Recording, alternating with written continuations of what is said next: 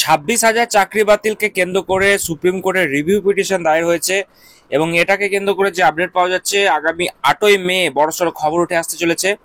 পাশাপাশি নতুন যে রিক্রুটমেন্ট বা যে ফ্রেশ রিক্রুটমেন্টের কথা বলা হয়েছিল, সেই নিয়ে আজকে গুরুত্বপূর্ণ কয়েকটা খবর উঠে আসছে। নতুন করে কিছু বদলের বা সম্ভাবনা রয়েছে নাকি, বিস্তারিত কি আপডেট চলুন আমরা এই ভিডিওর মাধ্যমে জেনে নেওয়ার চেষ্টা করব। তার আগে বলি বন্ধুরা, আপনারা যারা আমাদের চ্যানেলের সাথে যুক্ত আছেন তারা জানেনই এই চ্যানেলের প্রত্যেকটা ভিডিও কিন্তু দরকারি, তাই কেউ এখনো যদি আমাদের চ্যানেলটা সাবস্ক্রাইব করে না থাকেন তাহলে অবশ্যই আমাদের চ্যানেলটা সাবস্ক্রাইব করতে ভুলবেন না এবং পাশে থাকা বেল আইকনটি ক্লিক করে দেবেন যাতে নতুন আপডেট আসলে আপনার ফোনে পৌঁছে দিতে পারে। আমরা এই চ্যানেলে কিন্তু প্রত্যেকদিন নতুন নতুন লেটেস্ট আপডেট নিয়ে আসছি সরকারি এবং চাকরি রিলেটেড, তো তার জন্য অবশ্যই আমাদের চ্যানেলটা সাবস্ক্রাইব করে দেবেন এবং পাশে থাকা বেল আইকনটি ক্লিক করে অল নোটিফিকেশন করে দেবেন। শিক্ষক ও শিক্ষাকর্মীদের চাকরি বাতিল মামলার রায় পুনর্বিবেচনার জন্য সুপ্রিম কোর্টে আবেদন জানালো রাজ্য এবং স্কুল সার্ভিস কমিশন। শনিবার এই রিভিউ পিটিশন দেশের শীর্ষ আদালতে দাখিল করা হয়। সুপ্রিম কোর্টে এই যেটা খবর জানা যাচ্ছে যে 8ই মে এই বিষয়টি নিয়ে শুনানির সম্ভাবনা রয়েছে।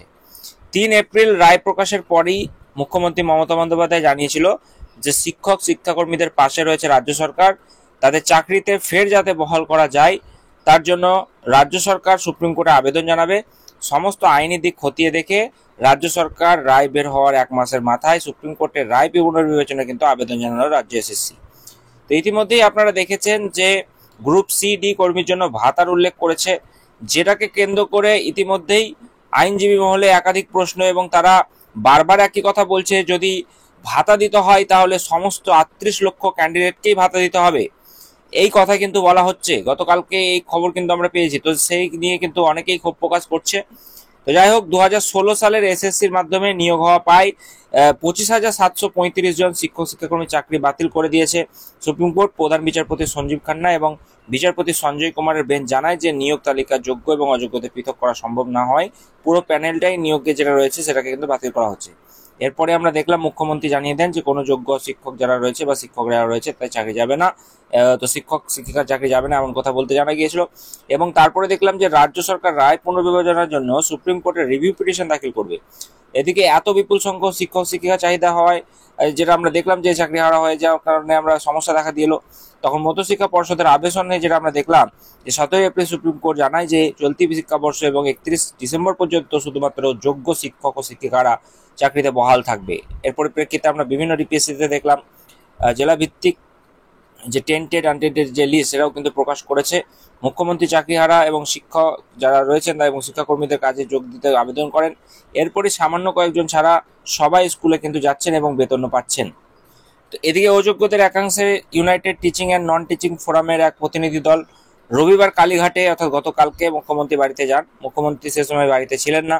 আধিকারিকরা তাদের সঙ্গে কথা বলেন, নিয়োগ সংক্রান্ত বেশ কিছু নথি ও ওই নথিপত্র যেগুলো রয়েছে সেগুলো তাদের কাছে জমা দেন। পরে যারা জানান যে আমরা কিছু কাগজপত্র দিতে এসেছিলাম এবং মুখ্যমন্ত্রীর সঙ্গে দেখা করতে চেয়েছিলাম, তো মুখ্যমন্ত্রী ছিলেন না। ওই আধিকারিকরা আমাদের সঙ্গে কথা বলেছেন, তারা কিছুদিন সময় চেয়েছেন, পরে তারা এসএসসির অফিসের সামনে অবস্থানে কিন্তু যোগ দেন। এদিকে সুপ্রিম কোর্টের নির্দেশ মতো আপনারা জানেন 31 মের মধ্যে নতুন নিয়োগ সংক্রান্ত কাজ জোর কদমে শুরু করেছে এই এসএসসি। জানা গিয়েছে নতুন নিয়োগ প্রক্রিয়া স্বচ্ছ করতে এসএসসি নিয়মে বেশ কিছু পরিবর্তন করতে পারে। এসএসসি সূত্রে যেটা খবর পাওয়া যাচ্ছে, শুধু ওএমআর শিটের কার্বন কপি নয়, পরীক্ষা পদ্ধতির স্বচ্ছতা বজায় রাখতে ফল প্রকাশের আগেই নির্দিষ্ট উত্তরপত্র যেটা রয়েছে সেটা প্রকাশ করে দেওয়ার সম্ভাবনা কিন্তু রয়েছে। তবে সেটা বলা হচ্ছে তাহলে কত কে নম্বর পাবেন ওই উত্তরপত্র দেখে তার ধারণা কিন্তু নিতে পারবে পরীক্ষার্থীরা, এমন কথা কিন্তু বলা হচ্ছে। তো যাই হোক, পরীক্ষার পর কাউন্সিলিং পর্বেও কিছু বদল আনা হতে পারে। নতুন এই নিয়োগ বিধি তৈরি করে স্কুল শিক্ষা দপ্তরে এসএসসি পাঠিয়েও কিন্তু দিয়েছে এবং সরকার এই প্রস্তাবে সাই দিলে নয়া বিধি মেনে নিয়োগ প্রক্রিয়া শুরু হবে বলে কিন্তু খবর পাওয়া যাচ্ছে। অর্থাৎ নতুন নিয়োগ বিধি তৈরি করে স্কুল শিক্ষা দপ্তরে এসএসসি কিন্তু পাঠিয়ে দিয়েছে, এমনটাই কিন্তু আপডেট উঠে আসছে। অর্থাৎ 31 মের মধ্যে বিজ্ঞপ্তি প্রকাশের যে সম্ভাবনা সেটা যে ক্ষীণ হচ্ছে না সেটা আপনারা বুঝতেই পারছেন।